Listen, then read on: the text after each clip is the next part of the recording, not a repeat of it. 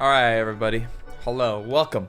I just played the Imaginarium Theater. I completed it. My first try, I actually didn't do it on my first try because was just like unga bungaing it and I wasn't thinking about the teams I was making. And I just literally didn't have a good enough team to beat the final boss. But this time, I made the conscious decision of keeping Arlecchino, which was one of my favorite and also my strongest character I have for the final boss. And yeah, I just absolutely smashed it. But yeah, I wanted to, I guess, go over everything that I've, experienced over the Imaginarium Theater, what I feel about, how not that difficult it is, all the rewards we get, basically go in depth about everything. The lore is pretty cool, but yeah, here you can see my cast list. Satori is Wander, but yeah, I don't know why I didn't get a star on that one. I think that one was I had to defeat 30 enemies, but yeah, basically it's a perfect run, as perfect as it could be. And yeah, defeated in hard mode in 10 minutes. But yeah, that's it. Let's go claim my wonderful rewards before we get started. And with that, ta-da. All rewards claimed from both the first time rewards, because you can actually, there are first time rewards. These debut performance gifts. You get 100, 200, 400, 600, 800, 900, 1,100 primos just for clearing it for the first time, and then you get the rotating rewards like you usually do, and you also get the coins that you can talk to Wolfie and redeem the new special poses. Right here, I have already redeemed Junglings and Jeans on my first run, and I'm going to be redeeming Raidens because Raidens is super cool. But yeah, as you might be able to see, this place is gorgeous. I love what they've done with the, we saw it in the trailer, but being in game and walking around makes it so much better. It genuinely is such a wonderful magical place. And it's tied to the Hex and Circle witches and their lore, which means, it's going to be a pretty important, I guess, in terms of the significance of what it means for the power of the witches of the Hex and Circle. I have no idea what that eventually will lead to. You probably should look at a lore YouTuber for that. I'm not a lore YouTuber, I just love the lore. But now let's get on to the actual game itself. So, the Imaginarium Theater, in my opinion, I think it's a solid addition. It's not whoa, blow my mind away, but I had a lot of fun. There's a lot of levels, and every time you do it, it's different. It's kind of roguelike in that way. And it's pretty great. Hard mode does require 18 characters, but which means it'll be a little hard, pun not intended, but it'll be a little hard for new players to get enough characters to get this ready. I've been seeing a lot of reactions online that either people don't like it, which it's fair, and other people that are frustrated because they've been playing the game for a year, which is a long time, all things considered, and they still don't have enough characters to clear and do the hardest difficulty. You literally, I think that's probably my biggest pet peeve. There's two things. One, the hardest difficulty requires a ton of characters. I had to build Beto just so that I could use her in this. Literally, she was 60 out of 70. I just don't use Beto that much, even if she's still a little fun. And I had to build her to 80 out of 80 and give her, I stole Xingqiu's artifacts to give her so that I could use her here to have solid teams all around. So this is definitely not new player friendly. But at the same time, this is supposed to be endgame content, so it makes sense if it's not new player friendly. But my second biggest pet peeve is that when you do, let's just go straight through, I'm gonna go straight through and just whatever. Let's go into a level. My biggest pet peeve, and something I really hope they change it for the next rotation, is if the first time I was playing, I wanted to run something like this, right? You can't. You have to have 4 party members, and that absolutely, I hate that. I'm not gonna lie, I hate that because There are so many characters that I waste because I literally don't have any other choice but to use them, and I wish I couldn't. So those are my biggest gripes with the game mode so far. Obviously, it's our first impressions. Once we see, future rotations of, character restrictions as well as all that, we will be able to tell better how much of a longevity and how much of a impact it'll have on the game. Another thing that I think will get better with time, that I think is pretty bad right now, is the what's it called? The elements they chose for this Imaginarium. Pyro is fine. Animo, completely fine. Electro, the problem with Electro is the past 2 years of Genshin have pivoted Electro to depend a lot on Dendro reactions, with a couple of exceptions, and not having any Dendro character except Alhaitham and Baiju. And Alhaitham, you have to have these two in order to take them. You can't borrow them. It's pretty rough, and that's something Hoyo will get better at. The Genshin team will get better at choosing the appropriate elements to clear. But yeah, Electro should not be there without either like Hydro or Dendro on there, because that's like 90% of Electro depends on that. And if you are gonna have Electro and Pyro and Animo, please next time, Hoyo, put goddamn Chevrus on here, because I don't have Chevrus because I didn't wish on like Sino or whatever the banner was that Chevrus was on, and I still don't have her. And so a lot of times, so it's like it was like overload reactions, and it's like, well, I guess I'll put a Pyro team with Raiden on it, or I'll put an Electro team with Xiangling on it, and it was like in order to meet like the criteria to do well in the game mode for the special rewards. And yeah, this will get better with time, but it is something that has to get better, because if not, at one point it will start becoming annoying. Wolfie is adorable, by the way. Look at him go. Also, cool thing, there is whenever you clear a level or anything like that, when you do an Imaginarium Theater domain, the characters you just used show up in here, and you can talk to them, and they have new special dialogue. I tend to leave the children of the House of the Hearth with some homework to complete, and many of them. It's very cute. You get to know a little bit more about the characters. Solid. I like it. Hopefully so far as I've been able to tell, they don't have multiple voice lines. They only have one, which kind of sucks. But I hope that that's a thing they add in the future. And yeah, all things considered, I am good. I'm perfectly fine with it. I had fun with the game mode. They have to keep updating it and making some tweaks, in my opinion, to make it perfect. But the difficulty, I think, is just right. Because if you have been playing for 4 years like I have, if you have enough characters, you can just unga bunga it. I just got unlucky that I don't have like that many. Like, my only 2 Pyro carries are Yoimiya and Arlecchino. My only Electro carry is goddamn Kaching. Like, Pyro and Electro are elements I actually don't use that much, and I personally don't use that much. At least not for main DPSs.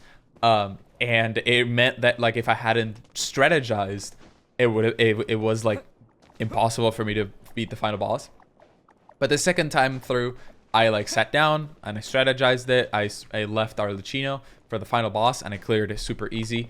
So I think this is for what Hoyo in the live stream told us this was supposed to do, which is, get people to try out new teams, strategize building team compositions, trying out new characters through the trial thing, and stuff like that.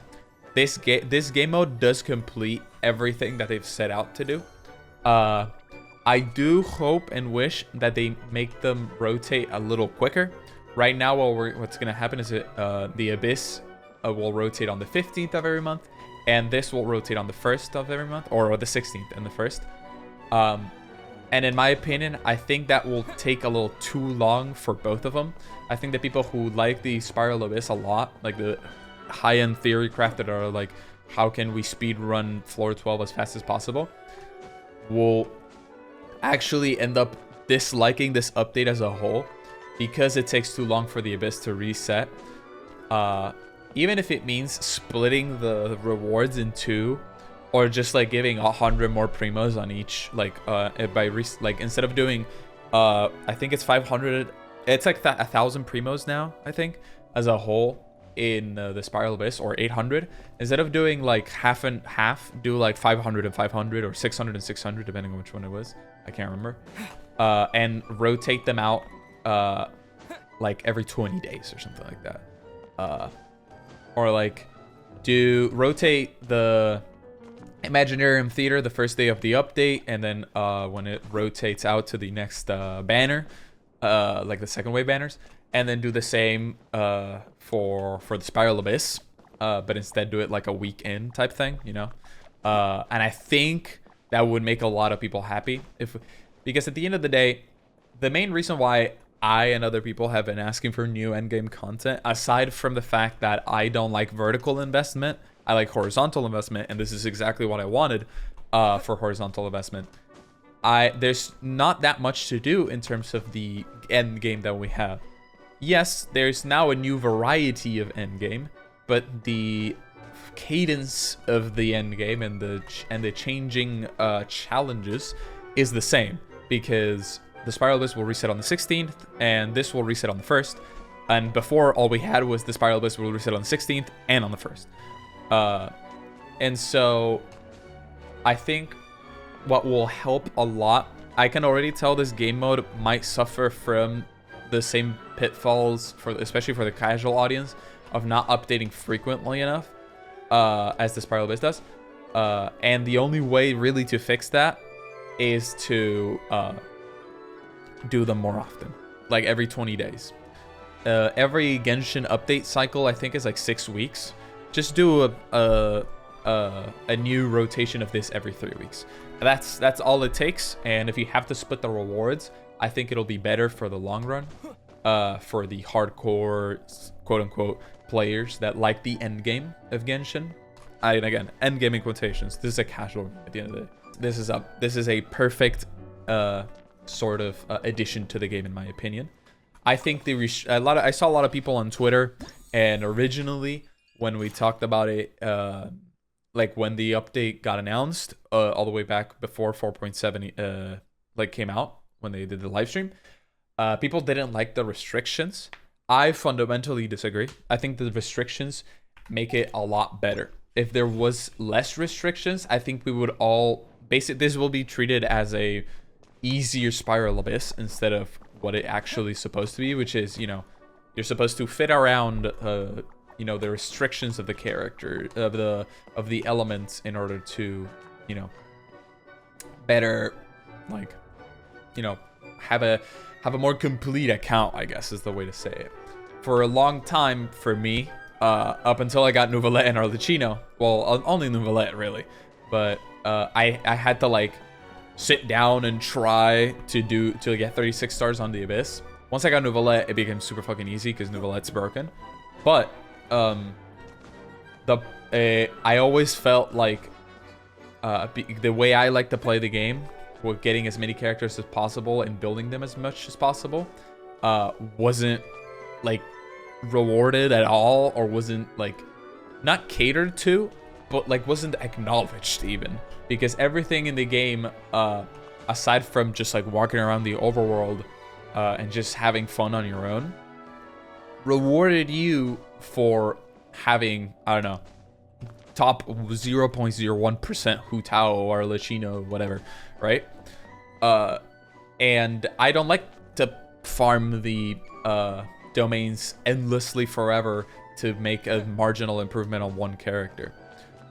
So this game mode is perfect for the type of person that I am. And I know the Serenity was perfect for the type of person that likes it, and TCG was perfect for the type of person that likes it, and all of that. So it's nice that I finally got my turn, basically. And now all we want like the people that like myself that enjoy this, now all we want is a bit more fine-tuning on which elements you're going to be choosing for the restrictions, because Electro feels extremely weak without Dendro, because most characters have been built for Dendro ever since like what, Raiden Shogun, not Raiden Shogun, since Yaimiko. Since Yaimiko, every Electro character since then has been like, oh, Dendro triples the damage. Like literally, it's night and day when you're doing like Abyss clear with the same characters you can use here, plus Nahida or plus Baiju or plus Alhaitham. But yeah, if we can fine tune this game mode a little bit more, I think it'll be a great addition. And I rambled for a long time. Hopefully this all made sense. I am very happy with this addition. And for those of you who think this is a bad addition, or for those of you who think that this is basically either a useless addition or a detriment to the game, I would bring up the fact that like no one thought the Serenity Teapot was a detriment to the game, or the CCG was a detriment to the game, because they were added. The only argument you can make is the Abyss resets less often, and even then, when the Abyss reset before, all it did was reset the Primogems. It didn't change the layout or anything like that. The layout still only changed once a month. So yeah, keep that in mind. This is, if you don't like this game mode, it's okay. It doesn't have to be, everything in this game doesn't have to be for you or for everyone. I personally don't use the Serenity Teapot that much anymore, and I haven't played TCG since 3 updates after it came out, and that's okay. But yeah, and if you feel like it's too hard, you probably just need to invest in characters more. Literally, the first run, and also think a little bit about the teams and how you're gonna strategize it, because it really is a very easy game mode. You have to fight the bosses here, and these two so far, like these two are really easy. Like Jade Blue Terrashroom level 90, that's the same as the overworld boss. These guys, the only annoying thing is not getting hit by the little like zap energy things to get the most amount of rewards possible. And Coppelius is the only one that's like, you know, annoying to deal with. But you just plan to use Arlecchino, or you plan to use your Hutao, or you like your strongest character, you put them at the end, and you're fine. Literally. All I had to do to beat mine is think about it a little better, and instead of taking Gumming and what's it called? Fucking Cloud Retainer, I took Beto, which I built from 60 to 80, and I slapped Xingqiu's artifacts on her, and I took Lynette. And that's it. I literally, conventionally speaking, I got a downgrade, but it fits better for the enemies in here, and I just cleared it super easily. That's all. And if sometimes you have a bad run, it's a roguelike game mode at the end of the day. Sometimes my first run, I have it recorded. I clicked on a free redemption thing, which has a chance of being bad. And I got double bad selectable rewards, which are either you pick this and you can no longer get new characters, but you revive a character, or you pick this and you lose all your money, but you can revive a character. And I was like, oh my, like that literally tanked my run because I couldn't get, I lost a ton of money that I couldn't get rewards for. So literally, if it's hard, try it a couple more times. It's the first day that the game mode came out. We'll figure out that boons are broken or something, or you should just prioritize getting every character. The community will eventually figure out how to get all of the 8 floor clear super easily.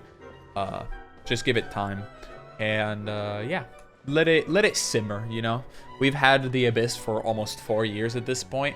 We're all very used to that format. This is a different format of gameplay, so you know, cut us some slack a little.